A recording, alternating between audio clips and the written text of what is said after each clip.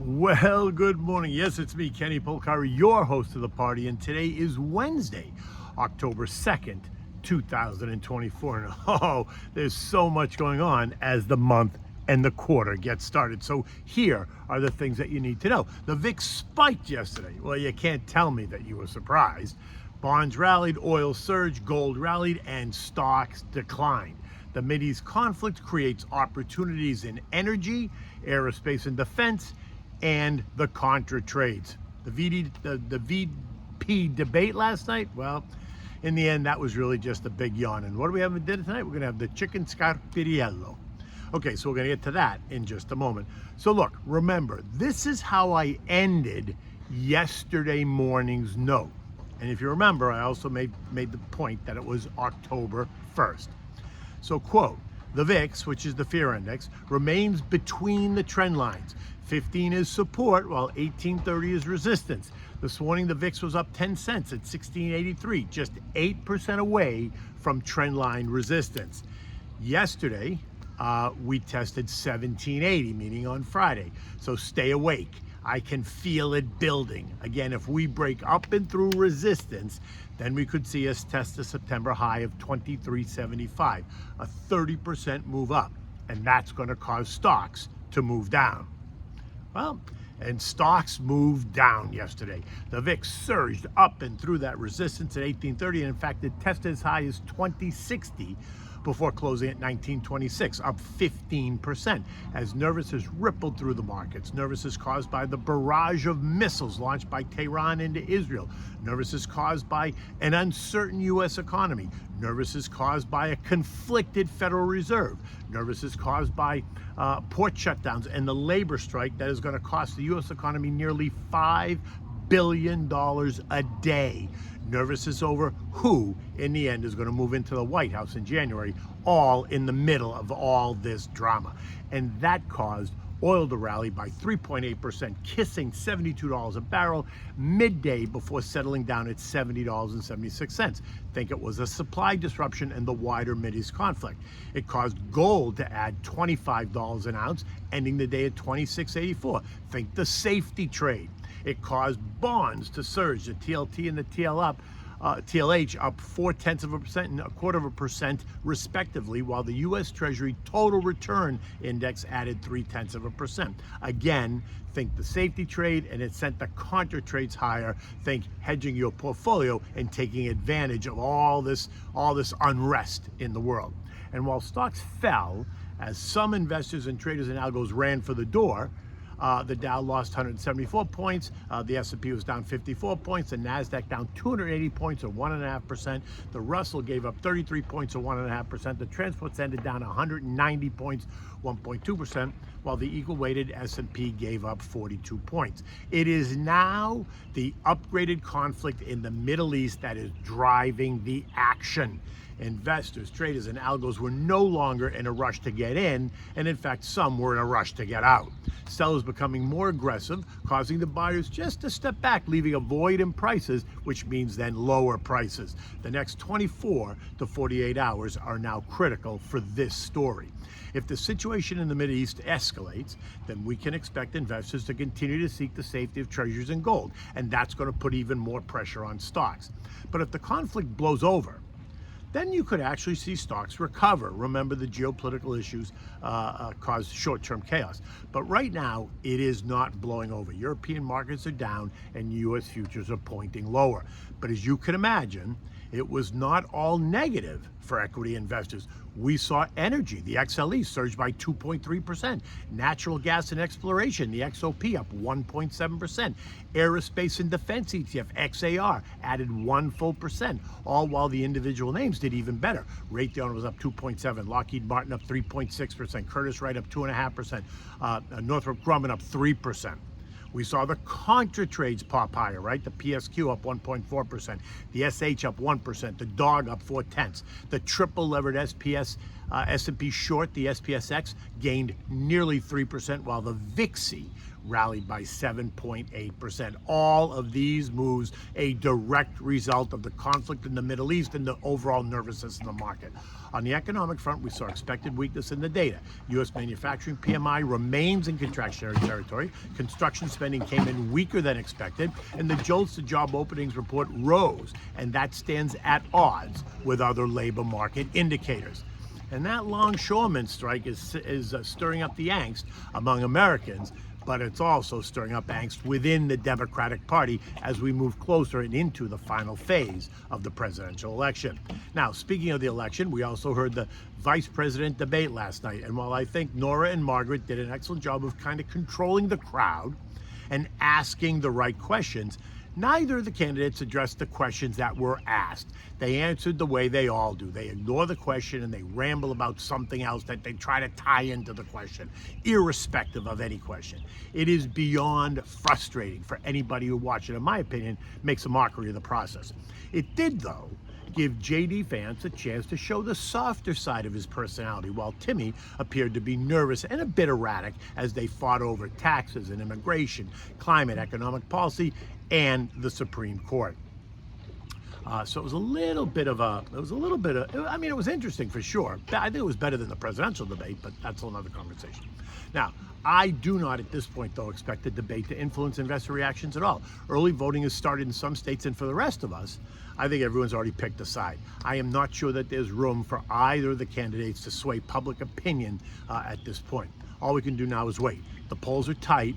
That's if you believe the polls. Now, this morning, oil is up another 3% at $72 a barrel as investors now give it a war premium after Israel Prime Minister Benny Netanyahu vows to retaliate Iran after they launched nearly 200 missiles into Israel last night, raising the fear of escalation of hostilities that could really spiral out into a wider world war.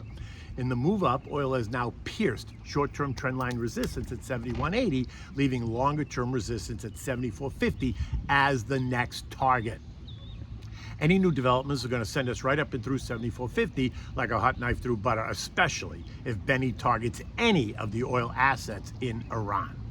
Gold, it's down $15 this morning after the rush into the metal as a safe haven asset following the moves yesterday. The churn, though, is going to continue until we get more clarity on the risks of escalation. Remember, gold has had a great year so far. It's up better than 25%, and nothing says it can't go higher. But gold traders, like stock traders, are going to be looking beyond the immediate geopolitical drama into the upcoming economic data points, right? Like today's ADP report is one of them. Friday's NFP report is the other one. Those are key economic indicators, at least in the labor market. These reports are going to prove pivotal for the Fed's next move, right? A 50 basis point cut is going to be well received by the gold bugs, while I think a 25 basis point cut is going to cause traders to hit the sell button because it's mostly priced in. If it sells off, I suspect gold is going to find support down at the 2,600 level, and we've been talking about that for a couple of days. The VIX is up another 1.4% at 1952 this morning as it waits for the sun to rise.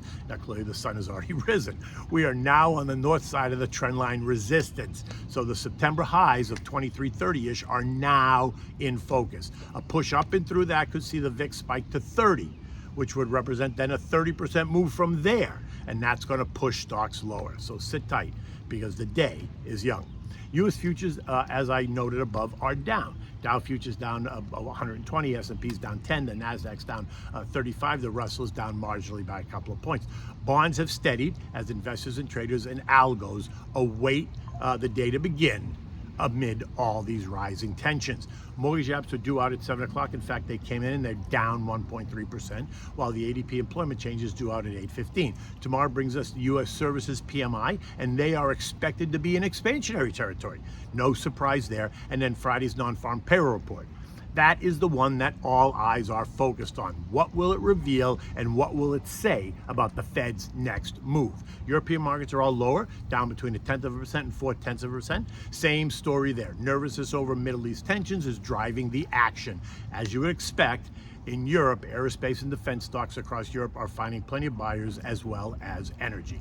The S&P closed at 5708, down 54 points yesterday and this morning. Futures are pointing lower again. Yesterday's low of 5681 is the level to watch today. If we break that, then you could see the S&P test 5620-ish range, not necessarily today, but over the next couple of days. With the start of the fourth quarter and the Fed's rate cutting cycle now behind us, and the general pace of future cuts now broadly known, focus for the final quarter of 2024 is going to turn towards economic growth, politics, geopolitics, and the Middle East conflict. Given the volatile nature of all of these, it is reasonable to expect periods of elevated volatility over the coming months, right? But as you saw in the third quarter, markets can move higher even amidst increased volatility. Now, it's October. I still expect to see that pullback somewhere between 5 and 10%.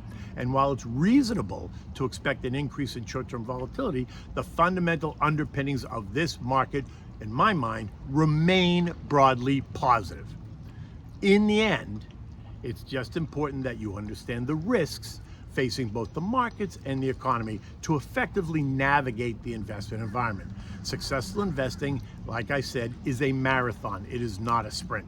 And even bouts of intense volatility are unlikely to alter a diversified approach set up to meet your long-term investment goals.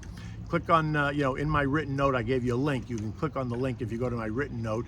It'll put you right into me. Click on that, send me a message. I'd be happy to call you back to discuss markets, your portfolio, kind of ideas, thoughts, concerns, whatever. Okay, what do we have in dinner tonight? We're having the chicken scapriello, right? This is great. It's chicken, sweet sausage, sweet vinegar peppers, right? It's a bit of a take on the traditional dish. You can use hot peppers if you want instead of the sweet peppers, but I cannot because I sweat a lot, so I prefer the sweet peppers. Anyway, you're going to need thighs and legs, right, bone in and skin on. You need salt, pepper, olive oil, sweet Italian sausage. You need the sweet vinegar peppers. You need garlic, white wine. I always use the Pinot Grigio Santa Margherita. You need chicken broth, marinated artichoke hearts, thin sliced potatoes, salt and pepper, and flour. Total time, about an hour, maybe an hour and 10 minutes, start to finish. Now, preheat your oven at 375 degrees. Preheat the grill so you're ready to cook the sausages when you're ready for that. Season the chicken pieces with salt and pepper. Heat up the oil in a big frying pan. It's going to accommodate it all. When it's hot, reduce the heat down to medium-high. Now add the chicken and brown it on all sides. Maybe 10 minutes total. You want to get it nice and brown and the skin nice and brown, right? While this is cooking, you're gonna take your potatoes, you're gonna slice them up into thin slices. You're gonna put those in the baking dish, season them with salt and pepper. You're gonna add a splash of olive oil. Now, after the chicken is done, remove the chicken from the frying pan and place it in the baking dish with the potatoes, and then put it in the oven and cook it for about 40 minutes at 375. Next, cook the sausages on the grill. You don't want to burn them, so maybe 8 to 10 minutes at most. Remove them from the grill and just let them rest for 3 or 4 minutes, and then just slice them into just bite-sized pieces that you're going to add to the dish. In the meantime, you're going to add the chopped garlic to the frying pan, right? That still has the juices and the oil in it from the chicken, along with those sliced vinegar peppers. Saute it around. You don't have to really cook them, you just want to heat them up.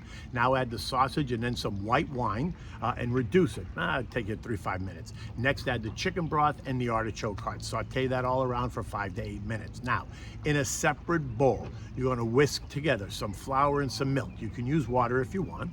Add that to the frying pan and allow it to cook and thicken up a bit. Don't let it get too thick though. You can add a little bit of the more chicken broth if you need to keep it thin. Then take the chicken out of the oven, reintroduce the chicken and the potatoes into the frying pan, and allow it all just to come together and simmer for 2 or 3 minutes. Now, serve it on a large, warm platter, right, family style. Accompany this with a large mixed salad dressed in a balsamic vinaigrette dressing. Enjoy your favorite chilled wine. And again, with this, I would just drink the Pinot Grigio Santa Margherita. Just keep it chilled because it'll go really well with this dish. In any event, it is another spectacular day here in South Florida. Until tomorrow, take good care.